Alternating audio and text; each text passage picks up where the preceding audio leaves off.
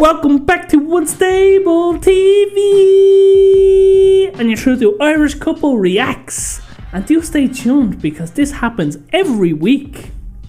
So if you're new here, don't forget to like, subscribe, comment and hit the bell notification so you don't miss any of these videos. And if you're a returning viewer, thank you! Admiral Yi. Story. Part 1. So we are reacting to Korea Admiral Lee, Keep the Beating Drum, Part 1. And this was a suggestion from... So thanks so much for asking us to do this. Let's go! This looks interesting.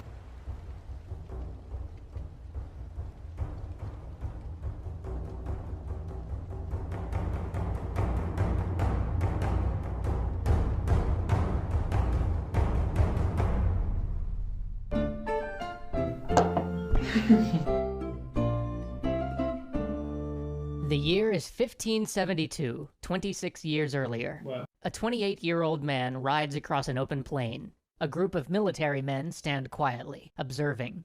His horse stumbles. He's thrown. At first, everybody watching thinks he's dead. His leg is horribly bent, broken, but after a moment, he gets up, dragging one leg behind him, and pulls himself to a willow tree. He binds his leg with its branches, remounts his horse, and finishes the military examination.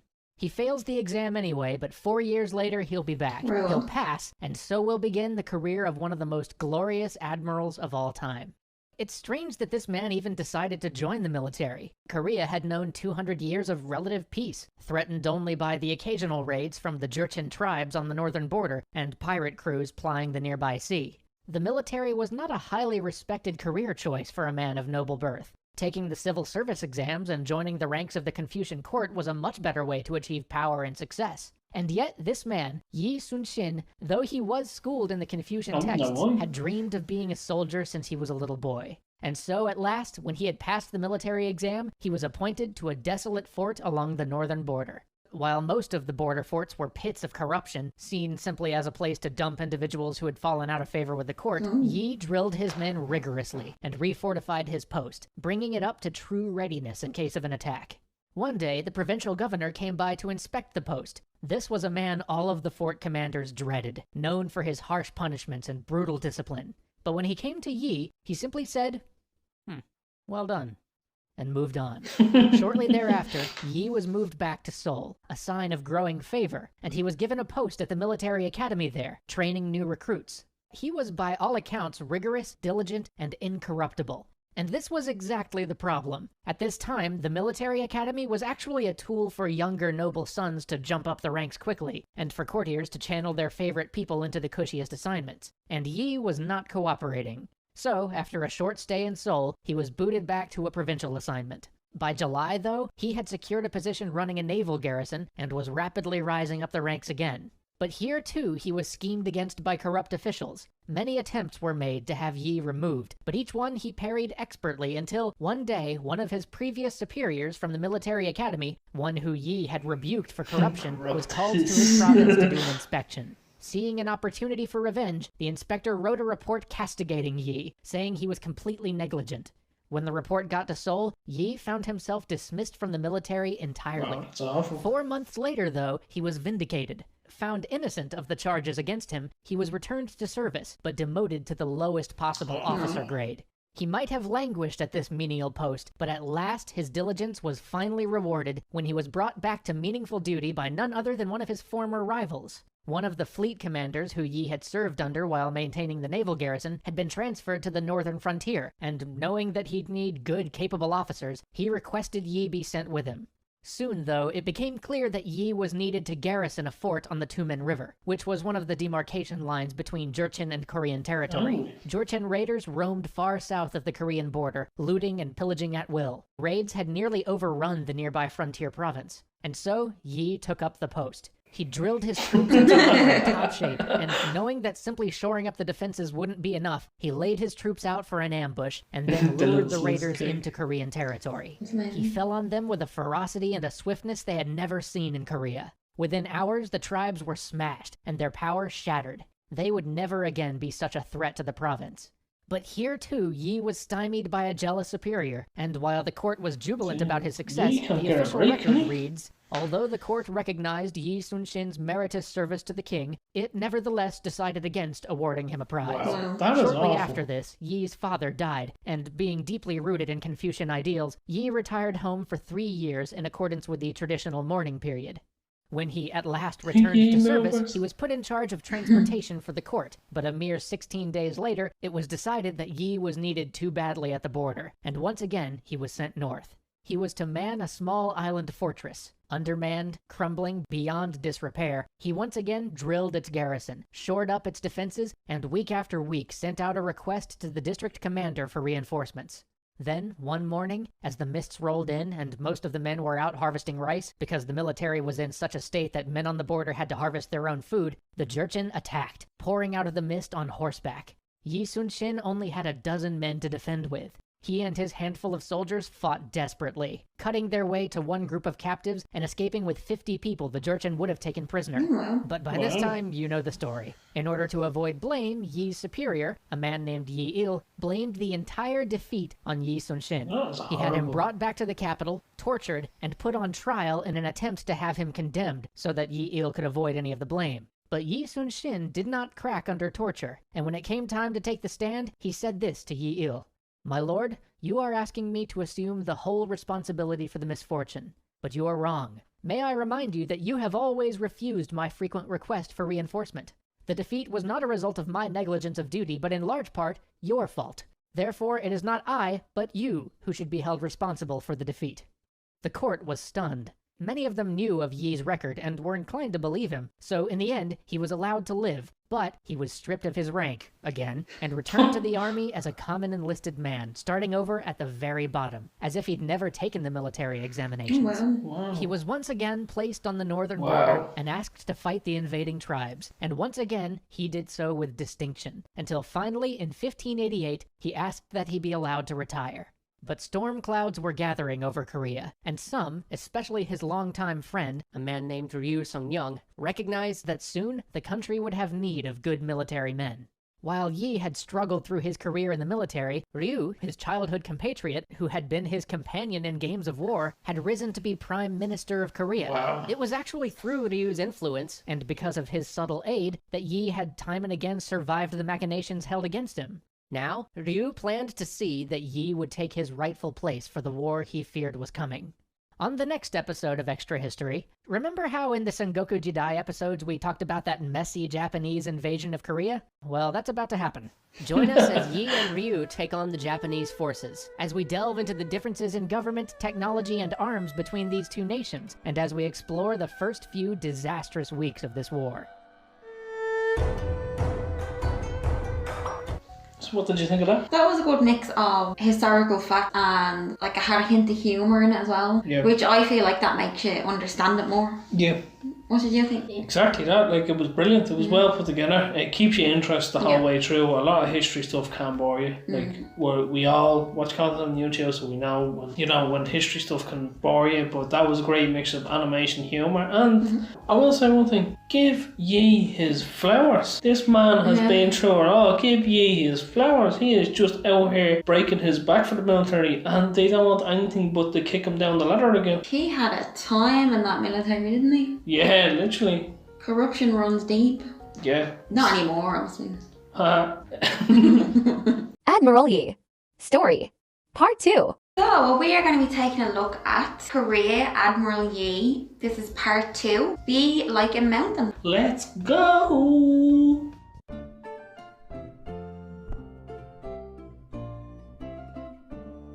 At last, we've passed the phase of Yi's life where his every effort is thwarted by the machinations of corrupt officials and jealous superiors. Finally, we can begin the story that sees Yi rise to be the national hero of Korea. But first, we have to talk about the two contrasting states that are about to meet in bloody battle. If you watched the Sengoku Jidai episodes, you'll remember that Japan had just come out of 100 years of ceaseless war. Their entire society was built off of a martial hierarchy, where the most glorious thing a man could do was fight. Japan had fielded giant armies and had an economy devoted to war. They had hundreds of thousands of veteran soldiers, and they had seasoned generals, battle-hardened from years of campaigning. And now, for the first time ever, all those forces were unified under one man, Toyotomi Hideyoshi. The Korean state had, by contrast, been mostly at peace for 200 years. The state itself was a Confucian bureaucracy, which should have meant that it was an enlightened meritocracy, but in truth, the Korean government was rotten to its core, full of factional infighting and led by a king who perhaps might have been a great leader in times of peace, but was utterly unsuited for a state of war. In terms of military thinking, the Japanese had spent years perfecting the art of war. The daimyos had become early adopters of the arquebus, and had rapidly innovated on firearm manufacturing and tactics.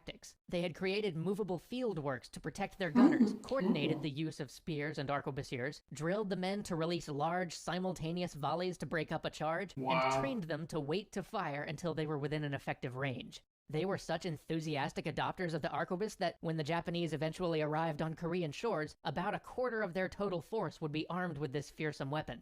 The Japanese had also become masters of the siege after so many decades of having to topple the highly wrought, master-crafted Japanese castles of the Sengoku Age.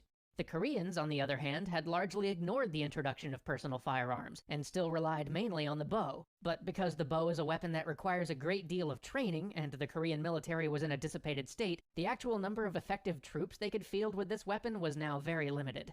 The lists of who they could call to military service were all out of date, and so the initial mustering of forces would lag behind, and Korean defensive works were mostly just simple stone walls atop hills or mountains. But the Koreans did have two advantages. Since the war that had been burning through Japan for the last 100 years was a civil war, and thus mostly land-based, Japan hadn't built up its navy nearly as much as their other armed forces. Additionally, while Japan produced vastly superior handguns, the Koreans had developed better naval cannon. And this all makes sense when you think about what both of these forces were. Japanese forces were used to fighting large, organized land armies, and so they'd focused on developing the weapons and techniques required to counter them, whereas Korea had mostly dealt with pirates and raiders, so they'd built cannon to help defend their coast, and they'd built simple hill forts so that when raiders showed up, the people could hide in the forts and simply wait for the raiders to go away. Complex structures, because the enemy Korea usually faced wasn't an enemy bent on conquest. But that was about to change. Between 1587 and 1592, emissaries raced back and forth between Japan and Korea. Hideyoshi wanted the Koreans to just let him march his armies through their lands in order to attack his intended target, China. But besides the fact that letting giant foreign armies march across your country is generally a bad idea, the Koreans also happened to be tributary allies of the Chinese with strong cultural and economic ties, so letting this army march through uncontested was out of the question. This whole thing seemed like the idea that the Japanese would even ask for such a thing was unfathomable to many in court. At first, they assumed the request must be a bluff, maybe a negotiating tactic that would eventually end in the Japanese asking for trade concessions or tribute or something. But Ryu Song-yong saw further, to what was really about to go down. And so he got Yi a naval appointment in the southwestern part of Korea, and helped to make sure that he rose rapidly through the ranks, becoming the naval commander for the province by 1591. This is where Yi's story really begins. Upon taking command, Yi saw the dire straits the Navy was in, and knew he had little time. He began drilling his men, and instilling in them the spirit they needed for the war to come. He commissioned a new type of ship, the famous turtle ship, which he helped design. It was a remarkable piece of naval technology, with a spiked roof to keep enemy boarding parties out, and a dragon head prow that could serve as a cannon or billow out noxious smoke. But even before the first of these ships could see active service, it happened. Sentries all across the southeast coast began to spot ships coming over the horizon. Then tens of ships. Then hundreds. This massive fleet flew no sails known to Korean arms. Fires were lit and word was spread. The Japanese were coming. But the local commanders refused to believe what they were seeing. They suggested that maybe it was a trade fleet, or maybe even a large tribute mission from the Japanese to apologize for how rude their ambassadors had been. And so, the local commanders did nothing. The approaching ships began to dock at Busan. Soldiers, fully armored and prepared for war, began to disembark from the ships, and still the local commanders did nothing. By nightfall, 300 ships full of warriors had landed. A Japanese army was now in Korea. Finally, the commanders realized what had just happened, but by now it was far too late. With well over 100 heavy Korean ships of war at the ready, they had just sat and watched this happen without even moving a single one of those ships out to scout the fleet. If they had, they would have found out that this was a Japanese commander acting against orders. Eager to be the first to Korea, he had sailed his fleet before their warship arrived. Turns out nearly all of those hundreds of ships were unarmed transports. No match for the Korean Navy, which still sat anchored at port doing nothing. The Japanese force moved like lightning, smashing army after army, crushing all in their way. Within the month, the Japanese were already in Seoul, 200 miles inland. Korean resistance had collapsed. And as the Japanese had pushed inland and moved out of Busan, the local commanders had scuttled their fleets. 100 Korean warships lost without a fight. But Busan's local commanders had sent word to Yi, asking for his help. So Yi set out with all 24 ships under his command, writing to other local commanders and telling them to rendezvous with him at sea. He left under cover of darkness and sailed through the night so his movements wouldn't be observed. By the time the various fleets met, they'd scraped together 45 warships and a handful of commandeered fishing ships. But Yi, despite never having commanded a battle at sea before, had a plan. He would fall on the Japanese while they were in harbor during the chaos of a sack. He found 50 of their vessels tied up at Okpo and descended upon them. The Japanese were mostly away from their ships at the time, looting and slaughtering the population. The roar of cannon alerted them to their mistake. Yi and his fleet tore through the enemy ships, salvo after salvo ripping into the light wood of the Japanese vessels. The Japanese tried to mount a defense, but to no avail. Soon their men were throwing their weapons and armor overboard and trying to swim for the shore. By nightfall, 26 Japanese ships rested at the bottom of the harbor. Only one Korean sailor was injured. Yi decided to disappear back into open water before his forces fell into the same trap he'd just sprung on his enemy. But as they sailed, one of his outlying ships spotted 5 more Japanese warships.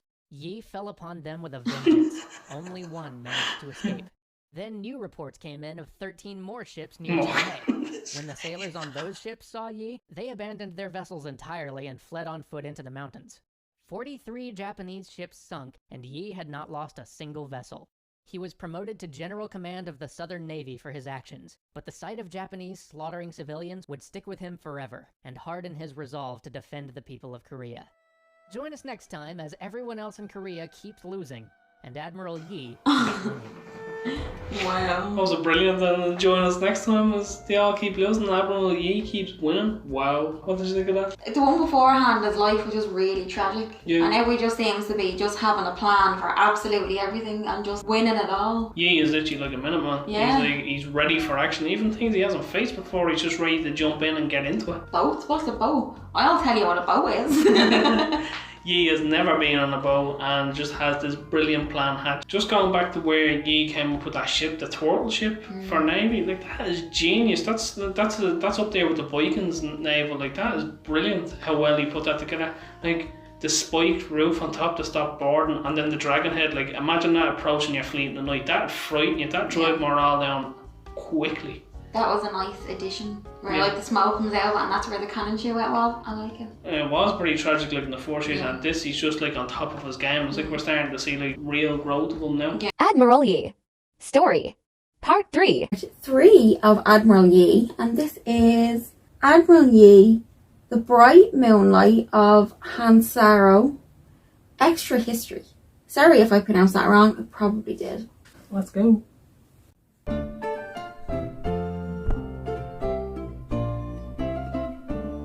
The king had fled from Seoul. The court was making the arduous trek to Pyongyang. Half of Korea was already in Japanese hands. Yi Il, the very same man who had once tried to pass his negligence off to Yi Sun-shin, was the commander of the Korean army. His forces were routed in battle after battle. Essential fortifications and choke points were abandoned, surrendered with barely a fight. Then, in the Battle of Cheongju, the regular Korean forces, under the command of a man named Shin were annihilated. This is the moment that forces the king to abandon his capital. This is the moment that leads many to fear that Korea as a nation may not survive.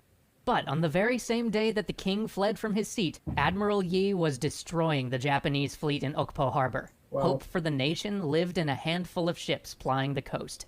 For 3 weeks after Okpo, Yi gathered charts, scouted out the enemy fleet, and waited for his secret weapon, the turtle ship, to arrive. Then his spies reported to him that the Japanese were anchored at Sachun. This was too near his personal headquarters for comfort, so it was time he tested out the turtle ship. It was time he drove them off. But when his tiny fleet of 26 ships arrived outside Sachun, he saw that the Japanese arquebusiers had taken up positions along the cliffs above the harbor. If he were to attack, they could pour down fire on his ships. He pondered this for a moment. Then he sent a small detachment to sail within sight of the Japanese fleet. Once they were sure the Japanese had spotted them, they turned and fled, and the Japanese gave chase. But the retreat was feigned. As soon as the Japanese fleet entered open water, Yi fell upon them with his entire force. His turtle ship plowed into the middle of the Japanese armada. Cannon fire rang out from all sides. Ships splintered and burned in the setting sun. The Japanese tried to close in, but they couldn't manage to board the covered turtle ship. With the Korean warships surrounding them and the turtle ship in their midst, the Japanese fought a hopeless battle until all 13 of the ships that had pursued the Koreans to open water were at the bottom of the sea. Not a single Korean vessel was lost. After the battle, as his commanders gathered for a debriefing, Yi loosed his coat, pulled out a sword, and dug out a bullet that had lodged in his shoulder. His sub-commanders were amazed. To maintain morale, Yi had let no one know that he'd been injured in the fight. But as they all sat dumbfounded, Yi simply began to brief them on what to do in case of a counterattack. The next day, local fishermen reported to Yi that the Japanese were anchored at Dangpo, and that their men were sacking the city. Yi ordered his fleet to move with all haste. He would not let another Japanese slaughter go unanswered. When they reached the harbor city of Dangpo, he once again smashed through the enemy line with his turtle ship, positioned it right next to the enemy flagship, and buried shot after shot in its side. With his turtle ship in their midst, the enemy couldn't maneuver, and because the turtle ship had heavy guns on all sides, it couldn't be flanked. It simply loosed salvo after salvo at everything around it. And while the turtle ship caused chaos, the rest of the Korean ships surrounded the Japanese and trapped them in the harbor. At the height of the battle, one of Yi Sun-shin's sub-commanders, Kwon-jun, stood upon the deck of his vessel, drew his bow, and loosed an arrow at the enemy admiral. The shot found its mark. 2 of his men then leapt upon the enemy flagship and cut off the Japanese admiral's head. Seeing their commander's head held aloft, the Japanese were thrown into a panic. Command broke down, and in the chaos, Yi's ships sank the Japanese vessels one by one. As night fell and the Koreans withdrew, not a single Japanese ship remained.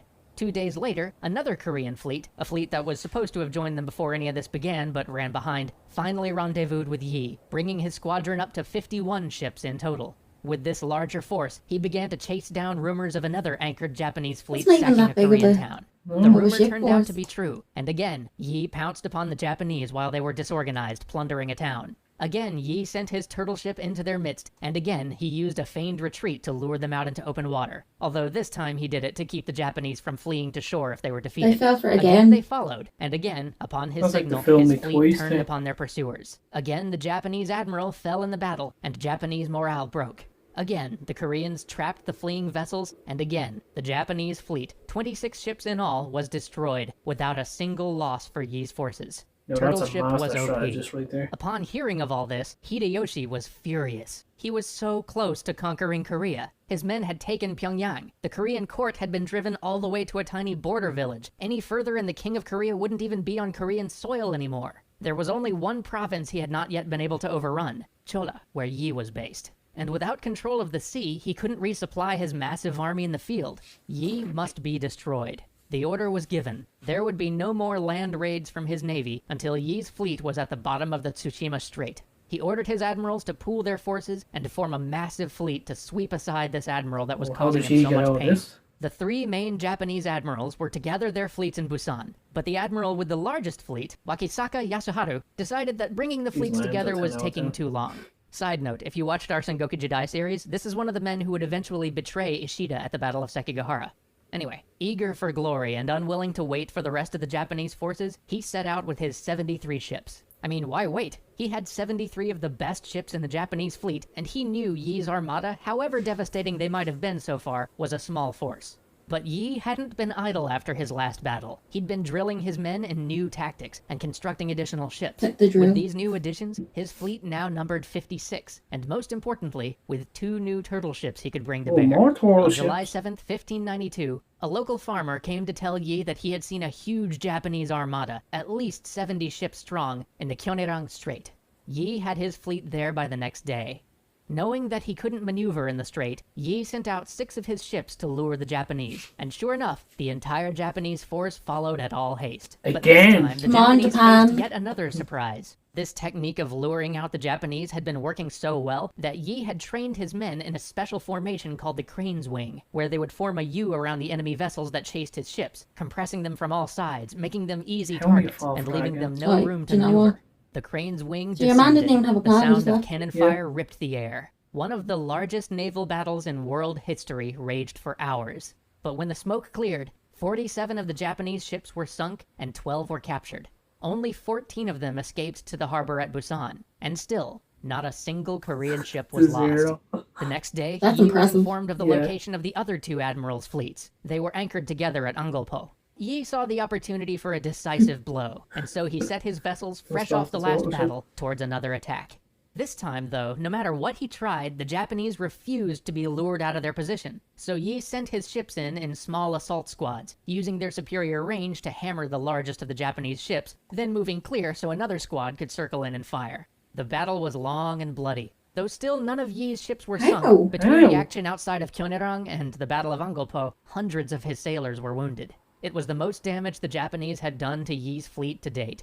But the majority of the Japanese fleet in the harbor was destroyed.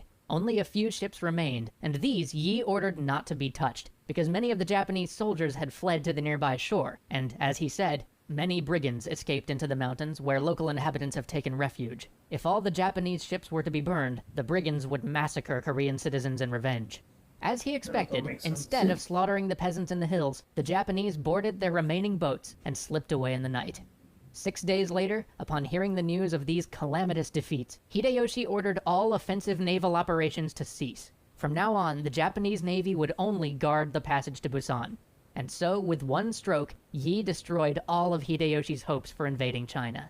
And without being able to resupply from the sea, even the Japanese efforts on the Korean peninsula were in jeopardy. The supply lines to the forces occupying Pyongyang were sorely stretched, and pursuing the Korean court any further became effectively impossible. Though the Korean army had been beaten on land time and time again, Yi had saved Korea. But the war wasn't over. Join us next time for Yi's attempt to land a finishing blow, treachery, and perhaps the greatest last stand in naval history. Ooh, greatest last stand. I just don't understand how the Japanese fell for it so many times. How would you keep falling for the same tactic? But I like that the tactic of the U was a crane. And I like where that went. Well, also, Admiral Yi made them turtle ships that nobody else had seen before, so nobody could actually climb onto the ships. So what could they actually do? That would be a tactic straight away to board it. Yeah, like that would be, and that roof basically with spikes on it, you'd be like, right, okay, we tried that, that's our naval tactics that we know. Where do you go after that with that? And then he comes back with 2 of them. And captures their ships as well. And it's impressive that with the amount of ships the Japanese brought each time, that none of Admiral Yi's ships got destroyed ever. He kept coming back with no losses. The most they done was wound them. Yeah, that's crazy. That's like unheard of. Like how quick he was and resilient. Like as soon as he defeated one naval battle, straight away started drilling them on tactics, and it's like, right, let's get the next formation set up and go again. And again, they fell for the retreating. How do you keep falling for that tactic? But I know near the end, but he wiped out the majority of the Japanese fleet then. But Yi is just, so far what we've seen, a master tactician and quite strong. He stopped a whole war going on there as well. Yeah. After what he, because of the first one, if I remember correctly, he was stripped of his title. Yeah. And to come back like that. He's basically Korea's saviour by the looks of it. I didn't realise that was the largest naval battle in history. Yeah, and we haven't heard that before. No. Has anybody that's watching this now heard of it before? Or is this brand new to everyone as well? Because to us, we had no knowledge on it. Admiral Yi. Story. Part 4. So we are back for part 4 of Admiral Yi. And this is Admiral Yi, those who seek death shall live. Extra history. Part 4. Without further ado, let's jump straight into this for ourselves and you guys.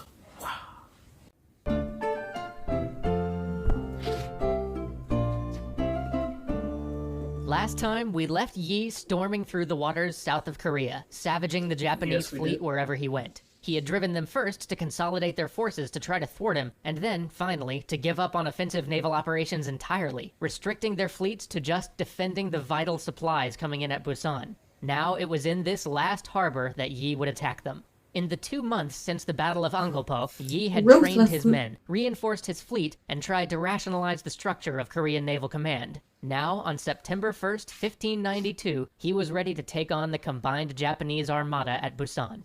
His fleet of 166 ships set out to destroy the nearly 500 That's a lot, Japanese man. ships awaiting them in that's Busan upgrade. Bay. He caught a few stragglers along the way, but the Japanese had finally learned from their past encounters with him. They were holed up in the harbor now, The and retreats. while Yi's ships were able to fire into the harbor from outside Japanese cannon range, he couldn't find an opening to get close enough to achieve the type of complete victory he craved. As long as the Japanese were in that harbor, they were protected by the surrounding troops and cannon on the shore. By the end of the day, Yi's fleet had destroyed 130 ships, and the Japanese hadn't sunk a single vessel, but the Japanese still a lot of forces ships. still Yeah. held the all-important harbor of Busan. Yi had not been able to break their last line of supply. Now they'd be able to re-entrench and reinforce the harbor. As winter set in and the campaign season slowed down, the situation on the ground changed as well. An army from China had finally arrived in the north, and by January they had driven the Japanese out of Pyongyang. All over the country, the Japanese started to fall back, unable to sustain their lengthy lines of supply due to Yi's bottling up of their navy. By April, Seoul was retaken as well, and Busan served as the last great Japanese stronghold, anchoring their control on southern Korea. By August, Yi was promoted to Supreme Commander of the Korean Army and moved his base to the Supreme island of Commander? Sando, That where he had alpha? previously used his crane wing formation to crush the Japanese offensive fleet. Again and again, Deadly Yi formation. petitioned the court for Marines so that he could resume naval operations, because his fleet couldn't attack the Japanese so long as they stayed defended under their shore guns, and without Marines, he couldn't dislodge the shore batteries in order to follow up with the naval attack. But the Korean army was still in disarray at this point. Some of the most significant military gains on land were actually being made by guerrilla forces and the righteous armies of Buddhist monks. And what little of the regular army there was Buddhist not already monks? deployed on the main offensive with the Chinese was simply not up to the task Yi needed. And so his fleet sat, patrolled the waters, and kept the Japanese from breaking out of Busan. They would not get to engage in another major battle for some time. So instead, Yi focused on turning his island base into a production center. With the country ravaged by war and most of the working-age men conscripted into the army or the navy, the central government couldn't provide Yi's forces with the food, lumber, or weapons he needed to keep his men fed and his fleet in top shape. So he invited refugees to come to his island. He would protect them if they would work the land. At first they were just producing grain, but soon they were harvesting salt and timber. Then the production facilities grew to handle boat building and uniform manufacturing. Soon there was a That's a bit of a full-fledged difference. R&D Yeah. wing on the island, and great forges to produce Whoa. goods of iron. The first truly successful Korean muskets were forged here by Yi's research team. As Oh, Yi was making his Whoa. navy self-sufficient, the land war in Korea slowly ground to a stalemate, and peace talks began. The talks wore on for 3.5 years, until in September 1596, That's a long time. negotiations Yeah. broke down, and Hideyoshi prepared a second invading force of 141,500 men to head to the shores of Korea. As this new invasion force was setting sail, the Korean court received a letter from one of the Japanese commanders, in which he appeared to be selling out one of his counterparts, telling the Koreans exactly where his hated rival's fleet would be sailing, and suggesting that if only Admiral Yi Sun-shin would sail there, he could wipe them out and do everybody a favor. Now, Admiral Yi heard this and laughed. Yeah, Good nice try. try. He refused the order to sail his fleet into an obvious Japanese trap. But Yi's childhood friend, Ryu Sung-young, had enemies in court, and when they heard of Yi's refusal to follow orders, they seized on this opportunity and had Yi tried for treason. Ryu could do nothing that was to a save trap. him. Yeah. Yi was ordered to return to Seoul for his punishment. His replacement as head of the navy would be Won Kyun. This was the guy who'd sat and done nothing when the Japanese ships first invaded, and then promptly scuttled his own fleet. A fleet 4 times as large as the one Yi had been using to inflict such heavy losses on their enemies. Yi was nearly sentenced to death for his insubordination, but there were still those in court who saw his actually value, saved and though they Korea. couldn't I know. save him entirely, they did save his life. He was once more reduced to the rank of a common soldier and sent off to fight with one of the Wow. armies. But not long after he arrived at the army, the Japanese tried the same trick again. They sent the court a letter, this time informing them of a large transport fleet that was on its way, and saying how easy it would be to pick off these transports if they hurried. Won Kyun was ordered to intercept this juicy target, and he immediately set Wonder what sail with happened. every ship Yi had built. But when he reached the waters near Busan, he was shocked to find not an unarmed transport convoy, but a massive war fleet of 500 ships. Despite this comes and an the obvious exhaustion trouble. his No, no. men faced from traveling so quickly, Won-kyun ordered a head-on assault. The winds picked up and a gale began to form. Won-kyun couldn't keep his fleet together. Soon, some 30 Korean ships were burning, having drifted close enough to the enemy that, for the first time in the war, the Japanese could deploy their preferred form of naval warfare, boarding parties. In a panic, Won-kyun ordered a retreat and fled to the island of Kadok-do, where he ordered his men off the ships to resupply. What he hadn't realized was that this island was under Japanese control. As his men searched for fresh water, they were set upon by the Japanese island garrison and slaughtered. Those who escaped fled back to the ships without any of the supplies they desperately needed. Then the fleet just sat there, deflated and listless. Commanders asked for orders, but Won-kyun had none. Though Busan itself was not far away, he didn't even send out scouts or reposition his fleet. Then, on the night of July 15th, guided by a full moon, the Japanese struck. Won-kyun's forces were in a disadvantageous position. His men were fatigued from lack of supply and demoralized by their loss and the days of waiting. Caught off guard at night and without any sort of plan, they were no match for the organized and coordinated Japanese assault. Even abandoning ship couldn't save them, as those that made it to one of the nearby shores found themselves face to face with the Japanese army, who were silently waiting there for any stragglers who might try to escape, and were quickly cut down. Of the fleet Yi had so carefully built, only 12 ships escaped, saved by one of the sub-commanders who had tried to warn Won-kyun of the danger they faced. 157 Korean ships were lost that day, including every turtle ship ever built. So with only 12 ships left in the entire navy, who did Korea call upon? Oh, not the turtle ship. But mere days after reinstating Yi as admiral, the court informed him that they were disbanding the navy. Yi responded thusly: "This humble subject still has 12 ships. However small the number may be, I solemnly swear I will be able to defend the sea if I prepare myself for death to resist the enemy." And so, they let him. So Yi plotted and pondered where he would make his last stand. This would be it. This one decision would seal the fate of Korea. He studied charts and tides, and finally came to decide on Myeongyang, the Roaring Strait. This particular strait had a strong current, but unknown to the Japanese, its current had a strange property. Every 3 hours, it changed direction. It was upon this unusual current that Yi would gamble everything.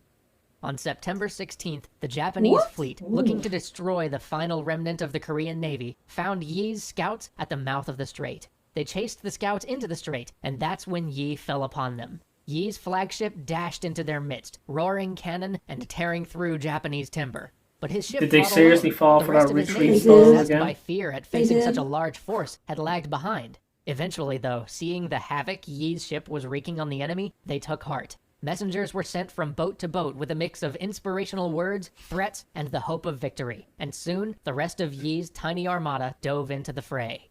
Then, a stroke of luck. The enemy flagship was blown apart by friendly fire, and the Japanese began to waver. Some of their ships began to turn about to fall back. And it was just at this moment that the water's current turned.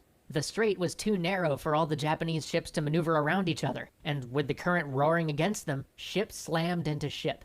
They tried in vain to retreat, tangled, ships smashing into one another, screams and chaos, and over it all, the roaring water. With the current now on their side, the Koreans gave chase, laying into enemy ships on either side, a hail of fire and arrows. The Japanese boats burnt and sank. 133 vessels had come to crush this tiny remnant of Korean Navy, and 31 of them wouldn't be returning. Yi, even when facing odds of 10 to 1, had once again not lost a single ship. Word of Yi's victory spread. As his tiny fleet sailed, one by one, other ships began to show up. Ships that had been thought lost. Ships that had been hiding after the previous disaster under Won-kyun. These ships now came to join Yi's tiny armada. Refugees flocked to where Yi's ships were anchored, willingly giving him food, cloth, and iron. And perhaps most importantly, the Chinese, who had mostly limited their naval efforts to guarding ports until now, decided that they could work with the Korean Navy and take the offensive. And so we'll leave Yi rebuilding the Korean Navy until next week, when we see the Japanese invasion ended for good.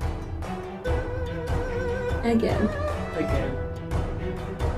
That's just, the story gets wilder and wilder. I love this story. Yeah. I actually do. It's like the underdog, but underdog plenty of times. Yeah, like, was that not, as far as I can remember anyway, that's the second time that they basically kicked him out and put him down to just being a foot soldier again. Yeah. That was the second time that happened to him. And they were like, actually, we made a mistake here, come back. Yeah. Come here, please help us. First off, a very big shout out to the original content creator. Do make sure you check them out, give them a like, subscribe, and share. Ye again coming back. I love his comeback though. He literally went, studied the charts, got the currents right, and then of course he got the Japanese again, except this time with scout ships to retreat, and got them again with that. And then literally when they all tried to scurry away, crashed into each other. Like, not only was he undergunned and undermanned, he also used the elements against them. Like, if that's not an amazing strategist, I don't know what is. That was an absolute genius move, though. One that mightn't have worked, but I suppose he didn't really have anything else to use with only 12 ships against 130 of them. He kind of had to just go with what he thought was strongest, and it was literally, like you said, using the currents against them, because you're going down that river, you're not going to assume that the current is going to change course. No, that'd be the last thing you'd be thinking Yeah, about. exactly. So that was just... I've never heard of anything happening like that before, No. I didn't know the currents could change like that. So. Like, I mean, that's genius, because he basically got the Japanese on they were basically too high on a win. So their morale was too high for their ego to come down a bit. Yeah. So we knew that they were like, we have them all outnumbered, we're going to get them. And with that alone, so we used the elements plus the morale boost they had against them. Imagine using the victory they had against them while he's in a major loss. Well, he didn't cause the loss. No. But he's... Like, it seems the spirit never gets crushed. He just keeps coming back. Like, that's the true strength of a Korean right there. Admiral Yi. Story. Part 5. So we are back for part 5, the final part of the Admiral Yi series. This is Admiral Yi, Martial Lords of Loyalty, Extra History number 5.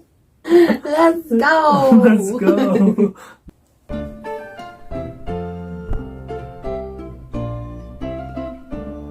When we left off, Yi had crushed the Japanese at the Battle of Myeongyang and was busy rebuilding the Korean Navy after their disastrous losses while he was being falsely accused. Now, just as he's beginning to coordinate with the Chinese Navy on how to prosecute the war, something major happens. Maybe the one event that can truly change the course of this war. Hideyoshi dies. 6 years and 4 months after the fateful Japanese landing on Korea, the man who started it all, the man who envisioned a vast Asian empire radiating out from Japan, died. This was a sea change. Hideyoshi had been holding the Japanese in Korea by sheer force of will. As soon as he died, the council of men who ran Japan in his stead all looked at one another and said, "Does anyone here actually want to keep fighting Korea? Okay, show of hands, who wants to stay in Korea? Nobody? All right then." With that, they agreed to pull the Japanese forces out of there as soon as they could negotiate a deal which would let them withdraw their forces safely. But the Koreans were not so eager for peace after seeing hundreds of thousands of their countrymen slaughtered during Hideyoshi's invasion. So Admiral Yi continued to coordinate with the Chinese forces to bottle up the Japanese in one of their last strongholds, the port of sun-shin. The Chinese army closed around the city on land, and the Korean and Chinese navies blockaded the port. Seeing the situation as hopeless, the Japanese commander decided the best option he had left was to try to bribe everybody. But each time it seemed as though he was succeeding in bribing the Chinese contingents, Yi shamed them into falling back in line. Seeing no hope of peaceful retreat, the Japanese commander had one last plan. He dispatched a messenger boat to slip through the Chinese lines and tell the other major Japanese garrison to deploy all their ships and rendezvous with him as they tried to break their way through the Chinese and Korean blockade. But Yi got word of this plan, and knew that he must prepare. The next night, November 15th, 1598, long after the sun had fallen below the horizon, and the water had faded from blue to deep black, Yi told his forces to slip away from the blockade. They would try to intercept the reinforcing fleet in the fateful Noryang Strait. Near 2 a.m., the joint Korean and Chinese fleet fell upon the resting Japanese ships. At first it was chaos, cannon lighting up the water at night, but soon the Japanese tried to regroup. Despite being caught off guard, they still had 500 ships to the combined 150 of Yi and the Chinese. And moreover, they were fueled by desperation. If they lost here, who knows if they'd ever see Japan again.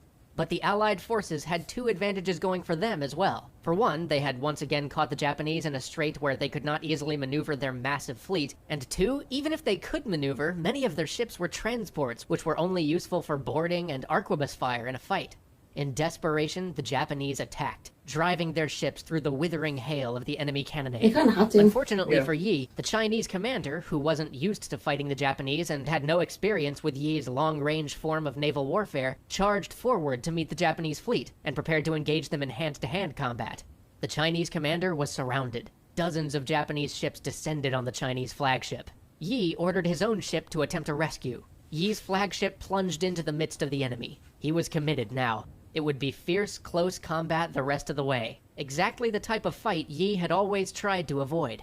The vessels were so close that unarmed Korean sailors began throwing bundles of burning sticks down on the enemy decks.